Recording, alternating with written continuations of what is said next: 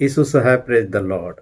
हम अकाल शब्द को देखते हैं, इसके माध्यम से लाखों लोगों का मरने का हमें अंदेशा होता है। इतिहास इसका गवाह है, जब जब भी अकाल पड़ा लाखों करोड़ों लोग अपने जीवन को त्याग चुके हैं।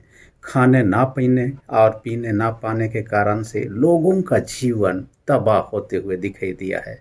हम आज आमोस 8 अध्याय 11-12 पद को जब देखते हैं, यहाँ एक अकाल की चर्चा करता है, परंतु ये अकाल उस प्रकार की अकाल नहीं है जिसके बारे में मैंने अभी अभी चर्चा किया। ये अकाल आत्मिक अकाल है, जिसे हम कह सकते हैं परमेश्वर के वचन का अकाल के बारे में चर्चा करता है।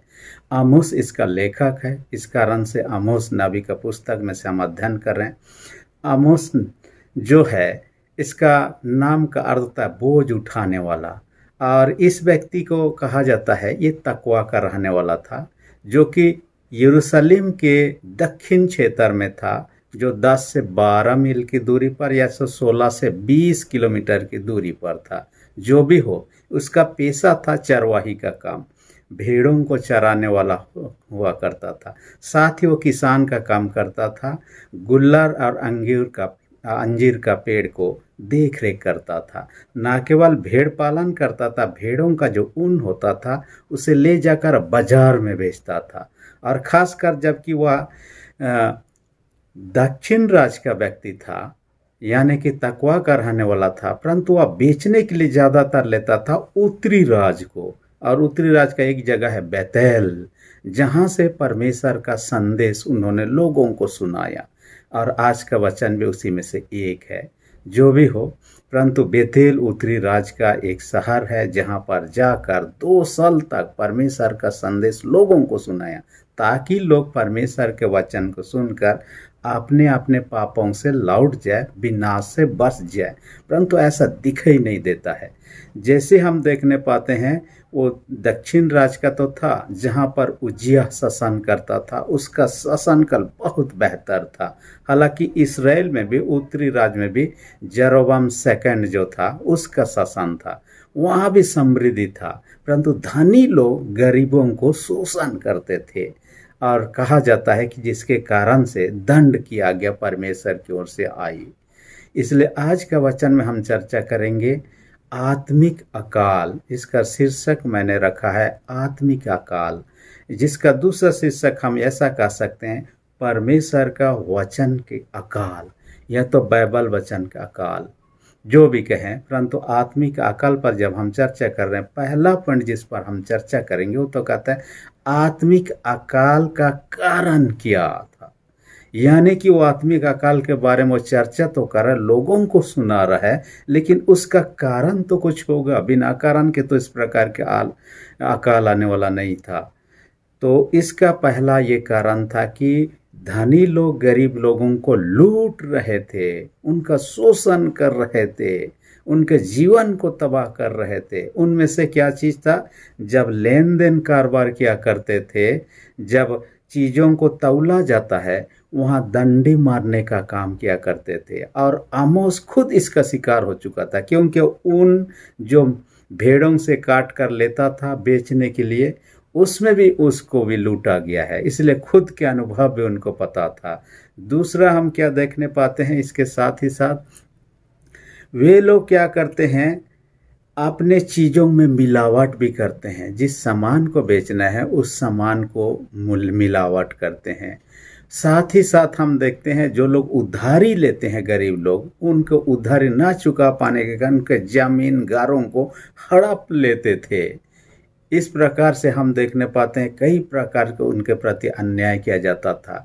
वे लोग घूस लेते थे और गरीबों का न्याय को बिगाड़ देते थे। हालांकि धार्मिक काम जितने उत्सव होते थे सब पालन करते थे, दशवांश दिया करते थे, बलिदान भी चढ़ाया करते थे, लेकिन उनका कुटिलता का काम देखकर ईश्वर उनसे चाहता था कि वे मन फिरें, लौट जाएं। इसलिए आमोस के द्वारा से लोगों को संदेश दिया जाता है, परंतु वे लोग नहीं मानते हैं।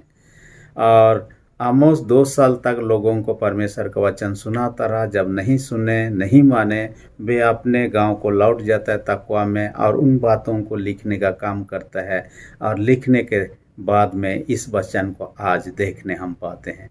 जो भी हो, वचन लोगों के हृदय तक नहीं पहुंच पाया। लोगों का हृदय कठोर था और जिनके कारण से वे लोग मन नहीं फिराए और विनाश तरफ बढ़ रहे हैं। आज आपके मेरे लिए वचन प्रचार किया जा रहा है, वचन सुनाया जा रहा है। आप और हम भी अपने मन को कठोर ना करें। हम जब किसी पत्थर पर पानी को जितना भी डालेंगे, चाहे एक गिलास डालें, चाहे एक ड्राम डालें, चाहे उसमें पूरे समुद्र का सारे पानी उसके ऊपर में उंडेल दें, लेकिन पत्थर सख्त होता है, मजबूत होता है। जब पत्थर को हम टुकड़ा करेंगे, उसके अंदर में हम जब देखेंगे वह सूखा ही मिलेगा, क्योंकि पत्थर जो होता है कठोर होता है, जिनके कारण से अंदर पानी नहीं घुसती है। वैसा ही जिस व्यक्ति अपने मन हृदय को कठोर करता है, वचन हमारे अंदर में नहीं जाता और काम नहीं करता है। यदि अंदर आता, काम करता, हमारे जीवन में परिवर्तन दिखाई देता। यदि हम किसी मिट्टी में डालेंगे पानी तो सोख लेगा, क्योंकि मिट्टी तो नरम होता है, पत्थर के समान सख्त नहीं होता है। इसलिए वचन भी इसलिए कहता है, यदि तुम उसकी आवाज़ को सुनो तो अपने हृदय को कठोर मत करो। वे लोग अन्याय यहाँ कर रहे थे, उनको वचन सुना, उसको भी ग्रहण नहीं कर रहे हैं। आमोस की पुस्तक को जब हम पढ़ते, एक वचन बहुत ही बेहतरीन वचन है, जो कि आमोस 5:10 का 24 पद में, ये पूरे किताब का एक विशेष पद है।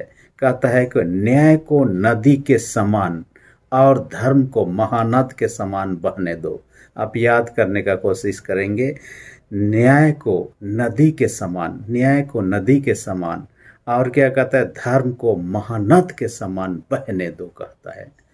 ये आज का की वचन है, मुख्य वचन है, और मैं चाहता हूँ कि आप इस वचन को याद कर लें। न्याय को नदी के समान और धर्म को महानद के समान बहने दो कहता है। आपके मेरे व्यक्तिगत जीवन में, हमारे सामाजिक जीवन में, हमारे देश के जीवन में ये चीज़ लागू होना चाहिए।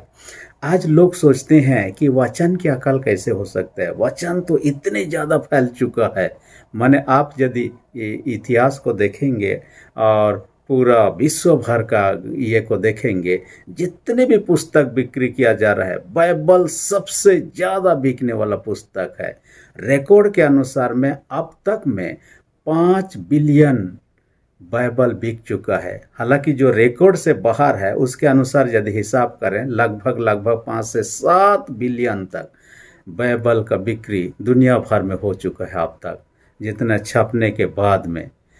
और हम दुनिया के लोग, सारे संसार के लोगों की संख्या कितना है, 8.1 बिलियन, यानी कि ज़्यादातर लोगों के पास तो बाइबल पहुंच चुका है। हाँ, ज़्यादातर लोग खरीद चुके हैं, हालांकि कोई लोग एक से ज़्यादा भी अपने पास रख रहे हैं खरीद के, लेकिन कईयों तक अब भी नहीं पहुंचा है। लेकिन लोग सोचते हैं इतने ज़्यादा होने के बाद कैसे वचन की अकाल होगी। आजकल तो वचन आपके पास में किताब ना हो तो भी ऑनलाइन के माध्यम से हम लोग खोल सकते हैं, अपने मोबाइल में हम पढ़ सकते हैं। तो कैसे वचन की अकाल होगी, लेकिन हम नहीं जानते हैं। परिस्थिति कभी भी बदल सकता है, कभी भी जीवन में करवट मोल ले सकता है, जो भी हो, परंतु कारण यहाँ था, इनके पाप के वजह से ही अकाल आने वाला था। आज भी इस प्रकार के आमोस के समय के समान आज भी परिस्थिति दिखाई देता है। आज लूट खसोट में लोग लगे हुए हैं, और अब देखिएगा कि अन्याय अत्याचार बढ़ते ही जा रहा है, दिनों दिन बढ़ते जा रहा है। आप कारोबार के क्षेत्र में देखिएगा, जो जितना दूसरे को लूट नहीं सका उतना जल्दी धनी बनने लगा है, और इस कारण से गरीब लोग गरीब के गरीब रह जा रहे हैं। हर क्षेत्र में, नौकरी क्षेत्र में दूसरे को दबाकर खुद नौकरी पा लो। अब यदि राजनीति क्षेत्र में देखें, दूसरे को बदनाम करो, गीचे गिरा दो और खुद ऊपर उठ जाओ। इस प्रकार की, यहाँ तक कि न्याय व्यवस्था, जहाँ पर कोर्ट कचहरी की बाहर करते हैं, जिसके पास पैसा है वो यदि अपराधी भी हो छूट जा रहा है, जो गरीब है, सीधा साधा है, बेचारा फंस जा रहा है, बिना दोष के भी कई लोग जेल में सड़ रहे हैं। यहाँ तक कि न्यायाधीश लोगों पर भी आरोप लगते जा रहा है। और बीते दिन में एक न्यायाधीश के बारे में मैंने कभी चर्चा किया है, आसाम से रिटायर हुआ डुबरी जिला के एक न्यायाधीश था, उपेंद्र नाथ राजखवा नाम का। वो जज था, न्यायाधीश था, लेकिन जीवन में मर्डर का केस में वो फंस गया और फांसी की सजा तक उसको हो गया। हाँ, बीते दिनों में सुप्रीम कोर्ट के कुछ जजों के ऊपर में सेक्सुअल हरासमेंट का केस लगा। हालांकि ये प्रकार के कहने का पीछे यही है कि दिनों दिन हालत बिगड़ते जा रहा है। न्याय की जितना हम उम्मीद कर रहे हैं, बड़े लोग नीचे लोगों पर दबाव के कारण से सही न्याय नहीं मिल पाता। आमोस के समय का परिस्थिति को हम आज भी देख सकते हैं। इसलिए आज की वचन प्रचार के अपने हृदय को कठोर न करें, वचन को ग्रहण करें। हम पछताव करें यदि गलत में है, हम यदि गलत दिशा में जा रहे हैं उससे लौट जाएं, नहीं तो विनाश की ओर हम आगे चल जाएंगे। इसलिए बाइबल में कहता है, यूहन्ना जो बपतिस्मा देता था, उन्होंने कहा मत्ती 3:2 में मन फिराओ क्योंकि स्वर्ग का राज निकट है कहता है। इसलिए बाइबल में पहला यूहन्ना 1:9 भी कहता है, यदि तुम अपने पापों को मान लो तो तुम्हारे पापों को क्षमा करने के लिए परमेश्वर धर्मी और विश्वास योग्य है। इसलिए हम यदि विनाश नहीं चाहते हैं, अपने पापों के पछताव कर लेना चाहिए, प्रभु पर विश्वास कर लेना चाहिए। दूसरा पॉइंट जिस पर हम चर्चा करेंगे कहता आत्मिक अकाल का परिणाम। आत्मिक अकाल पर हम चर्चा कर रहे हैं, उसका कारण हमने देखा। दूसरा पॉइंट आत्मिक अकाल का परिणाम क्या होगा। देखिए, अकाल होने से लोग लाखों मरते हैं। अब यदि इतिहास उठा के देख लीजिए, इसराइलियों का जीवन, जिनको इन्होंने इस प्रकार का संदेश दिया, उनके जीवन में ये वचन पूरा होते हुए हम देखने पाते हैं। कब? 722 ईसा पूर्व में असूर देश के राजा ने इसराइल पर चढ़ाई किया, उनको हरा दिया, उनको बंदी बनाकर ले लिया। जिस देश में लिया वहाँ परमेश्वर का वचन सुनाने के लिए कोई भी नबी नहीं रहा, परमेश्वर का वचन पढ़ने के लिए कोई बाइबल की पुस्तक नहीं रहा। ये लोग तरसते रहे परमेश्वर का वचन सुनने के लिए, पढ़ने के लिए। ये वचन जो है उनके जीवन के लिए भविष्यवाणी हुआ था, वह पूरा हो गया वहाँ पर। ऐसी घटना भविष्य में भी हो सकते हैं, आपके मेरे जीवन के साथ भी हो सकता है, क्योंकि हम उसी दिशा में यदि बढ़ रहे हैं तो ये किसी भी समय किसी चीज़ों के लिए भी हो सकता है। देखिए, विदेश की घटनाओं के बारे में पढ़ रहा था। कई सारे देश में पहले के दिनों में बहुत सारे चर्च था और उन चर्च में धीरे धीरे लोगों का विश्वास घटते गया, लोगों का गिरजा आना जाना बंद होते गया। बहुत सारे गिरजाघर उस समय का क्या हुआ, उसके बाद में बंद पड़ा। बंद पड़ने के बाद दूसरे लोग उसे खरीद लिया। खरीदने के बाद में कई गिरजाघर को उन्होंने रेस्टोरेंट बनाया, कई गिरजाघरों को उन्होंने होटल बनाया, कई गिरजाघरों को उन्होंने कैफ़े बनाया, कई गिरजाघरों को नाइट क्लब बनाया, कई गिरजाघरों को ये लोग बार बनाया। इस प्रकार से कई सारे गिरजाघर जो वीरान पड़ा, बाद में उस प्रकार का हालत में रह गया।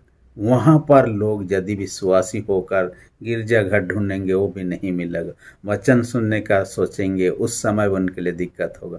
हालांकि आज ऑनलाइन का ज़माना में कहीं से भी सुन सकता है, अलग बात है, परंतु उस प्रकार की परिस्थिति। देखिए, अकाल होने से तो गड़बड़ है। ये अकाल आत्मिक अकाल है। शारीरिक अकाल के बारे में हमने चर्चा किया है, इतिहास में एक दो के अकाल के मैं आपको चर्चा करना। आगरा का अकाल कहा जाता है, जो 1837 में हुआ था। कहा जाता है कि उसमें लोग 3 मिलियन तक लोग मारे गए। बंगाल का अकाल कहा जाता है 1943 में हुआ था। इसमें भी लगभग 3 मिलियन के लोग मारे गए। कहा जाता है कि उड़ीसा का अकाल, जो कि नूह का अकाल के नाम से, क्योंकि नूह का समय में जल प्रलय के दौरान मारे गए, वैसे ही उड़ीसा का जो अकाल हुआ उस समय में लोग मारे गए। लगभग 5 मिलियन लोग मारे गए। ये 1866 में हुआ था। उस समय नूह के समान जैसे मारे, उससे ही यहाँ लोग मारे, इसलिए नूह का समय का अकाल कहा जाता है इसको। जो भी हो, परंतु हम जानते हैं कि आज कोई भी समय परिस्थिति बदल सकता है। देखिए, जब वर्ल्ड वॉर हुआ था, हिरोशिमा नागासाकी के ऊपर में अमेरिका ने जब बम गिराया, पूरे दोनों शहर चौपट हो गया। वहाँ के घर द्वार खेत सारे चीज़ बर्बाद हो गया, पेड़ पौधा सारे खत्म हो गया, नष्ट हो गया, लोग मारे गए, लाखों लाख लोग। समझ सकते हैं एक ही बम गिराने से। आज तो बड़े बड़े बम हर एक देश के लोग कंपटीशन में लगे हुए हैं, कब किस पर हम आक्रमण कर अपने आप को ताकत दिखाने का कोशिश किया जा रहा है। और जब यह शुरू हो जाएगा फिर से उस प्रकार की लड़ाई, कब दुनिया चौपट हो जाए हम नहीं जानते हैं। आप देखिएगा कोरोना वायरस जैसे बीमारी अचानक से आया, लोग घर से निकल नहीं पा रहे, गिरजाघर तो जाना दूर की बात है, अपने पास्टर से मिलना तो दूर की बात है। मुश्किल परिस्थिति हो गई, कभी भी किसी प्रकार की परिस्थिति आ सकते हैं। बीते दिन में मैं जो बोल रहा था कि सूरज से भी लहर उठता है, आंधी तूफान उसमें भी उठता है। हाल ही में भारत ने एक ये सैटेलाइट सूरज को अध्ययन करने के लिए उन्होंने भेजा है, आदित्य L1, जो कि बीते साल 2023 सितंबर महीना का 2 तारीख में छोड़ा गया था और जनवरी महीना 2024 का 6 तारीख को अपने स्थान तक पहुंच चुका है। वो अध्ययन कर रहे सूरज को। सूरज का 3 लेयर होता है, उन्होंने जैसा अध्ययन अभी देख रहे हैं और कौन सा लेयर में क्या हलचल हो रहा है। और उन्होंने देखा कि भविष्य में कभी भी उस प्रकार की लहर आ सकता है, और उस प्रकार के लहर यदि तूफान यदि सूरज में उठता है, उसका असर यदि पृथ्वी तक हुआ, सारे चीज खत्म हो जाएगा। जो बम गिराया जाता है उससे भी भयंकर हो सकता है। तो कहिए सारे हमारे उपकरण खत्म हो जाएंगे, सारे पेड़ पौधा खत्म हो जाएंगे, जल के सारे राख होने लगेंगे, उस प्रकार के परिस्थिति हो सकते हैं। हम नहीं जानते हैं कब क्या कैसे होगा। इस कारण से देखिए वैज्ञानिकों ने एक घड़ी बनाया है, बीते दिन में कभी मैंने चर्चा किया है, जिस घड़ी का नाम उन्होंने रखा डूम्सडे क्लॉक। डूम्सडे क्लॉक का अर्थ ही होता है कयामत का घड़ी। कयामत माने विनाश, जो अंतिम दिन होगा उसको। और उन्होंने क्या किया, जिस दिन 12 बज जाएगा उस घड़ी में, उस दिन आखिरी दिन होगा, दुनिया के लिए विनाश का दिन होगा। और देखिए 2018 में आप देखिए उस घड़ी में 12 बजने के लिए 2 मिनट बाकी था। फिर 2020 आते आते 100 सेकेंड उसमें बाकी रह गया। अब 2023-24 आने तक में सिर्फ 90 सेकेंड बचा हुआ है उसमें 12 बजने के लिए। और हम जान रहे हैं 90 सेकेंड यदि और आगे बढ़ते जाएगा कभी न कभी 12 पहुंच जाएगा, और पहुंच जाने के बाद में क्या होगा हम नहीं जानते।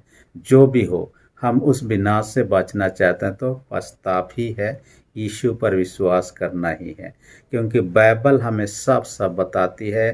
प्रेरितों के काम 16 अध्याय 31 पद में कहता है, प्रभु यीशु मसीह पर विश्वास कर तो तू और तेरा घराना उद्धार पाएगा, छुटकारा पाएगा, बच जाएगा। इसलिए हम इस वचन को भी हम स्मरण करने का कोशिश करें। प्रेरित क्रिया उसका 16 अध्याय 31 पद में, प्रभु यीशु मसीह पर विश्वास कर तो तू और तेरा घराना उद्धार पाएगा, कहता है, छुटकारा पाएगा। इसलिए आइए हम यदि प्रभु से दूर अपने जीवन को देखें, प्रभु के करीब आएं, उस पर विश्वास करें, अपने पापों को त्यागें और उसे क्षमा मांगे। एक नया जीवन प्रभु देगा, आशीष जीवन हमारा होगा। सबों को प्रभु अधिक से आशीष दे, आमीन। हम प्रार्थना करें। सेनाओं के जीत पिता धन्यवाद देते हैं, आज के वचन के तूने हमसे बातें किया, होने दे यह वचन हमारे लिए जीवन के लिए आशीष का कारण होने पाए। हम पिता परमेश्वर तुझसे दूर हैं तो तेरे करीब आने पाए। जो विश्वास में कमजोर उनके विश्वास को दृढ़ मजबूत कर, जो बीमार उनको भी तेरे हाथ में सौंपते हैं, यीशु के नाम से उनको चंगाई दे। और हर एक सुनने वाले छोटे बड़े सबों को, उनके परिवार को बहुत का आशीष प्रदान कर, प्रार्थना यीशु के नाम से मांगते हैं, आमीन। यदि अब तक मेरे चैनल को आपने सब्सक्राइब नहीं किया, इसी घड़ी रेड बटन को प्रेस करके सब्सक्राइब कर दीजिए। वीडियो अच्छा लगा तो लाइक भी कर दीजिए। धन्यवाद।